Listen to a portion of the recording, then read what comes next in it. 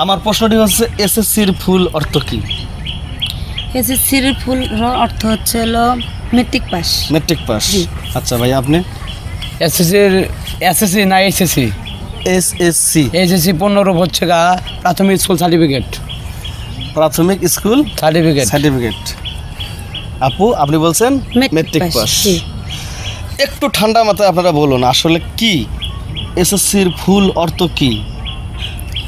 এসএসসির ফুল অর্থ তো মেট্রিক পাস। Matric pass. ওরে ইংলিশে তো কয় আর হলো বাংলাতে বলে। আচ্ছা, আপনি?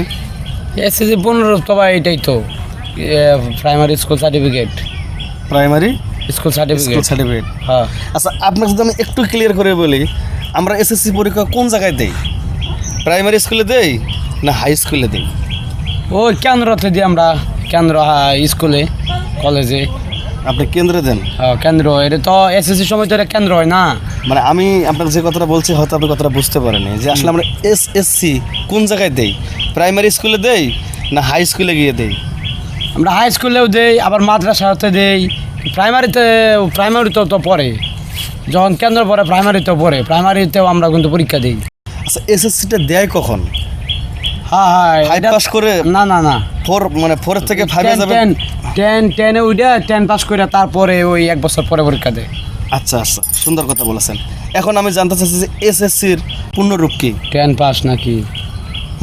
ভাই জানি না। এ ভাই, এসএসসির অর্থ হয়েছে মেট্রিক পাস।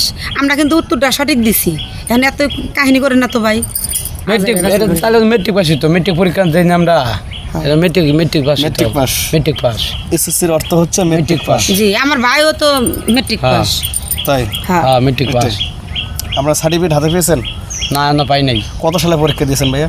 ওই গেছে বছর দিছি। গেছে বছর। এখন হচ্ছে আপনার 2025 সাল, আপনি 24 সালে দিয়েছেন? হ্যাঁ, দিচ্ছি। শিওর?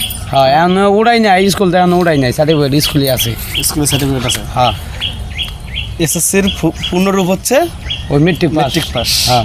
আপনি এসএসসির পূর্ণরূপ হচ্ছে মেট্রিক পাস। বাইরেই ঠিক মেট্রিক পাস। মানে এসএসসি পাস, মেট্রিক পাস, মানে ইংলিশে। কেউ কয় ইংলিশ। আপু তো মনে হয় লেখাপড়া করছেন, তাই না? হ্যাঁ, আমি আই পাস। ও, আপনি আইএ পাস। হ্যাঁ। তো দর্শক বুঝতে পেরেছেন যে আপু হচ্ছে আইএ পাস, এসএসসির পূর্ণরূপ হচ্ছে মেট্রিক পাস। আপু সুন্দর একটা কথা বলেছে, আমাদের শিক্ষা এগিয়ে যাচ্ছে। তাহলে এসএসসির পূর্ণরূপ হচ্ছে মেট্রিক পাস। জি। আপু, আপনি? ভাই, আমার মনে এমন জিদ উঠতেছে বলার মতন না, যাইতেছে একটা শুভ কামে কাজটা মনে করেন ভঙ্গ করে দিলাম।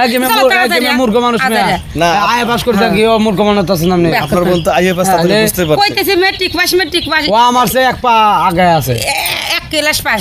হ্যাঁ, তুমি জান কি পাস? Matric pass. ধর্মিয়া ফাউল জান আজারে ফসল বেরেন না। দর্শক সরি, আসলে না হেসে পারলাম না। এসএসসির পূর্ণরূপ হচ্ছে মেট্রিক পাস, আবার উনি লেখাপড়া করছে আইএ পাস। এখন আপনারাই বুঝে নেন যে কার মাথায় কী সমস্যা। তো আপনার সঠিক উত্তর দেন, তাহলে কিন্তু পেয়ে যাবেন 10,000 টাকা।